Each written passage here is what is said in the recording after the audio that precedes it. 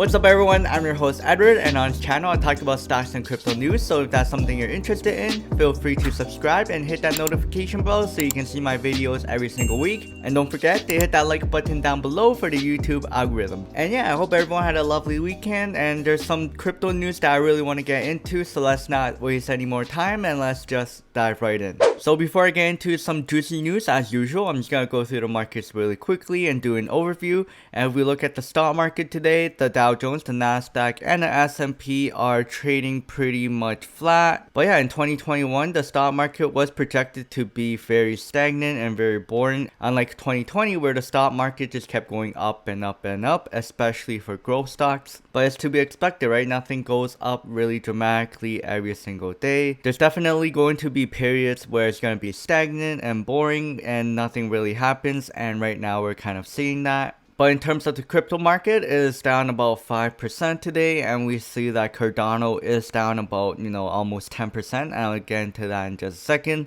And congratulations to anyone that bought into Gallop, because it is up about 160% today. But yeah, Bitcoin isn't doing too well because in the last 7 days, it has been down about 15%, and Ethereum is following the lead, and right now they are down about 18%. Now looking into the FIB levels for Bitcoin, right, we are currently trading at about $43,000 to $47,000, and in my opinion, I feel like this is the next range that we'll be going sideways with, unless a really big catalyst does come on for Bitcoin. But if we head into the tweet here by Plan B, who created the stock to flow model, he said that the floor estimates for September is $43,000, and we shouldn't really close above it. So right now we're midway to September and we're hovering at about $44,000. But yeah, we'll see if Bitcoin can really close above $43,000, because in August, Plan B did say that it'll close over $47,000, and literally on August 31st, it closed right above it. But yeah, remember to take this with a grain of salt, right? It's definitely something that you'll have to dig deeper into because it requires a lot of mathematics and a really good statistics background to understand this. Now, the main article that I want to talk about today is Litecoin, because yesterday, a report actually came out saying that Walmart will be using Litecoin as a medium of exchange. And remember, it is a dubious press release, meaning it's not super reliable. And Litecoin literally soared about $175 to $225, and the price of Bitcoin actually went up about 1.8%. And inside that dubious press release, it said that Walmart will accept Litecoin starting October 1st. But Walmart did not immediately respond to multiple requests for comments. But luckily today, Walmart did come out and said that the announcement was fake. And it seems like Litecoin is now back to its previous levels at about $175. And we saw this multiple times with Apple and Amazon, where there's a lot of fake articles coming out saying that they will be accepting crypto. So that's why you'll have to kind of dig deeper and look into the research and see who actually reported it. But yeah, unfortunately, right, people look at articles like this and will put a lot of money into that investment because there's momentum and it's a really great catalyst. But sometimes, right, people get hurt from this and it's very unfortunate. But yeah, it is what it is. So doing your due diligence and research is very important. Next on the article, MicroStrategy buys about 5,050 more Bitcoins, and now they hold about 3.16 billion worth in total today. So right now they own about 114,000 Bitcoins as of September 12th, and MicroStrategy always buys Bitcoin every single month, so it's not very surprising, and they dollar cost average into this when they can, because Bitcoin is kind of solving the macro environment issues that we're having today with our society. But yeah, I think they should rebrand themselves. But other than that, between July 1st to September 12th, they bought approximately 8,957 Bitcoins for $490 million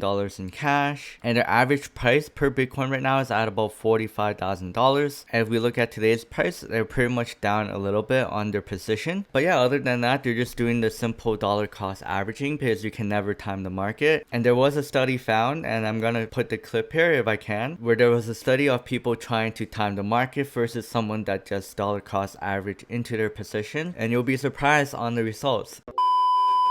We got Tiffany, who saves $200 every month. However, she has the worst timing in the world and dumped all her savings into VOO at the peak before every stock market crash. After 40 years, her account ended up with $660,000. Next, we have Brittany, who saves $200 every month. She has the best timing in the world because she came from the future. She knows where all the dips are, so she dumps all her savings in VOO during every market crash. After 40 years, her account ended up with $950,000. Finally, we have Sarah, who invests $200 every month into VOO. Her mentality game is very strong. She doesn't care about the stock market news. She consistently buys VOO every single month. After 40 years, she ended up with $1.3 million.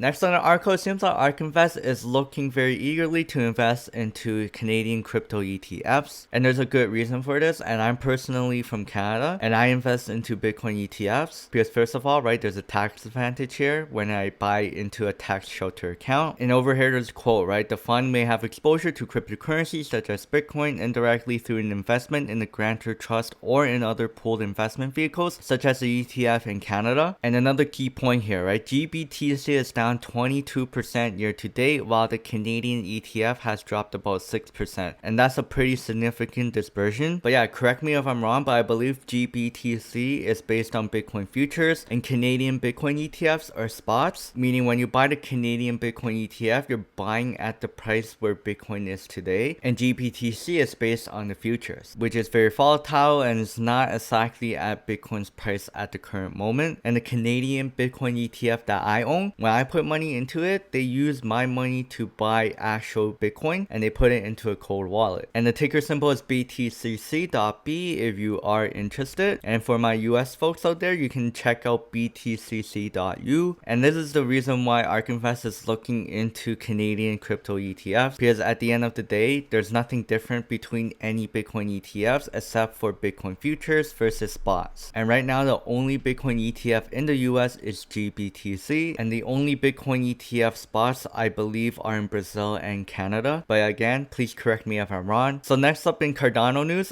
they launched something called Alonzo Hardfork, and this is going to help Cardano implement smart contracts. And this actually took place on Sunday, but for some reason Cardano is down about 10%. So it seems like people were buying the rumors, so the news, right, as usual, because they know that that's going to be a catalyst, and usually when it peaks, people start, selling off. But long term, I still think Cardano is a really great asset and a really great competitor to Ethereum because it is a lot greener and cheaper when it comes to fees. And remember, mass adoption only occurs if the product is better and cheaper. So, keep that in mind. And just like Ethereum, right, they put this on their testnet to make sure that, nothing goes wrong. And once everything goes right on their testing, they bring that to their mainnet. And it seems like that's something they did. But yeah, they're really focused on the DeFi sector and D applications, which I think is the future. I think AWS by Amazon is in trouble because why would they want to use their cloud service when they can, decentralize their applications, which is a huge risk for Amazon in my opinion, because AWS is their most profitable business, not Amazon.com, because that's actually making them lose money. But yeah, we'll see what the new CEO of Amazon will do and respond to this. Next up, El Salvador wants to exempt foreign investors from tax on Bitcoin profits. And last week, Bitcoin is the official legal tender of El Salvador, and it's trying to recruit foreign investors and entrepreneurs to go into El Salvador and create businesses surrounding Bitcoin. And this is the total opposite of the US. They want to make sure that people make high profits and have no tax on Bitcoin. But on the other hand, in Canada and the US, they're really strict on Bitcoin profits and they're trying to crack down on everybody so they can get a piece of the pie. And here in Canada, the CRA is going to be cracking down on Bitcoin profits, unfortunately. So anyone in Canada that has Bitcoin and they made money on it, Canada actually taxes 50% of it. So if you made about $10,000 on Bitcoin, then you have to give $5,000 to the government, which is why I really recommend a Bitcoin ETF, especially if you're in Canada or the US. And lastly, the House Democrats proposed a new tax hike to pay for their $3.5 trillion bill. Now, I'm not going to go too deep into this, but it seems like they're going to be raising the capital taxes for corporations as well as the super rich people. And Biden made a promise that anyone making less than $400,000 per year will not be taxed. And people making this much money could be surgeons, doctors, lawyers, and etc. So pretty much the taxes for the lower class and the middle class will be the same as usual. And my stance on taxes is that, it really delays innovation, but it also shows that the government has a spending problem. And now citizens have to pay this bill whether they agree or disagree with it. But in the end, no one likes taxes. That wraps up for this video. If you're interested in buying crypto, please use my referral links in the description box down below, and we can both get a small cash bonus once you sign up and make some trades. If you enjoyed this video, please smash that like button down below for the YouTube algorithm, and if you haven't already, feel free to subscribe and hit that notification bell so you can see my videos every single week. That's pretty much it. I'll see you all in the next video. Peace.